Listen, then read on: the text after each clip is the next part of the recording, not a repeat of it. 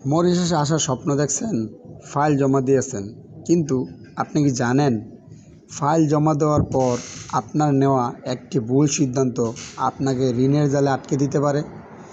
7 বছর মরিশাস প্রবাস জীবনে আমি অনেককে দেখেছি যারা ভিসা হওয়ার আগেই খুশিতে কাজ ছেড়ে দিয়ে আজ পর্যন্ত পস্তাচ্ছেন।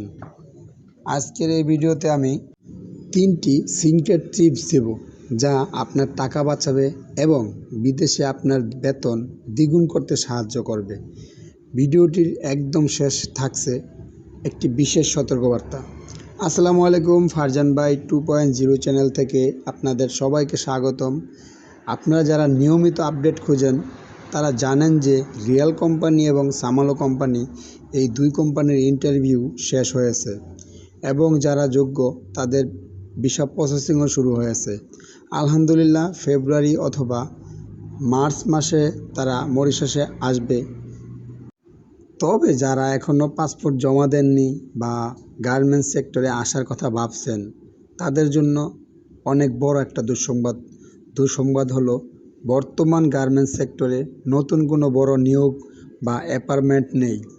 তাই হুজুকে পড়ে কোথাও টাকা বা পাসপোর্ট দিয়ে বিপদে পড়বেন না। আমাদের বাঙালি ভাইদের একটা বড় সমস্যা হলো ফাইল জমা দিলেই আমরা মনে করি কালকেই ফ্লাইট। আমরা বর্তমান কাজ বা ব্যবসা বন্ধ করে দেই, বেকার হয়ে বসে থাকি। বাস্তব কথা কি জানেন? ভিসা প্রসেসিং হতে বা ভিসা প্রসেসিংয়ে 3 থেকে 6 মাস সময় লাগতে পারে। এতে আপনার ক্ষতি কী? আপনি যদি এই সময়টা বসে থাকেন তবে আপনার জমানো টাকা শেষ হবে এবং আপনি ঋণী হয়ে যাবেন। আমার পরামর্শ হলো ফ্লাইট কনফার্ম হওয়ার আগের দিন পর্যন্ত আপনার বর্তমান কাজ আপনি চালিয়ে যান। এতে আপনার এক্সট্রা কিছু টাকা থাকবে যা বিদেশে আসার পর প্রথম মাসে হাত খরচ হিসাবে খুব কাজে লাগবে। সবাই তো মরিশাসে আসে, কিন্তু সবাই কি ভালো বেতন পায়? না ভাই, সবাই ভালো বেতন পায় না। ফাইল জমা দেওয়ার পরের সময়টা নষ্ট না করে ড্রাইভিং শিখুন।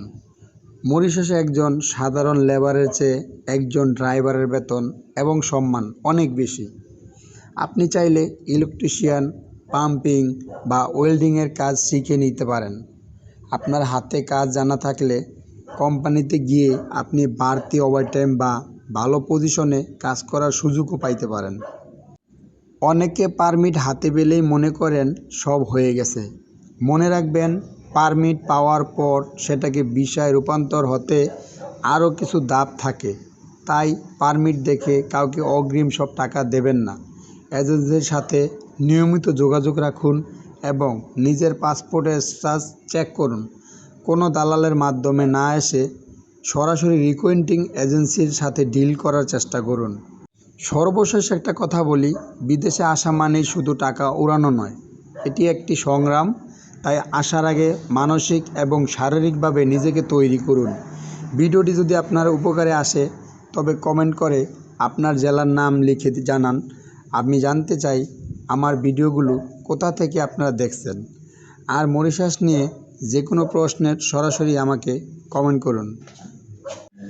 যারা নতুন আছেন চ্যানেলটি এখনই সাবস্ক্রাইব করে দিন, কারণ পরবর্তী সব আপডেটের জন্য আপনাকে আমার সাবস্ক্রাইব বাটনে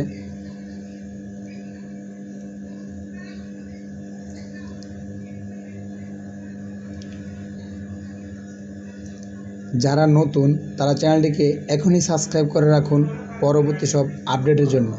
তো ভালো থাকবেন, আজ এই পর্যন্তই। সবাই সুস্থ থাকবেন। আল্লাহ হাফেজ, আসসালামু আলাইকুম।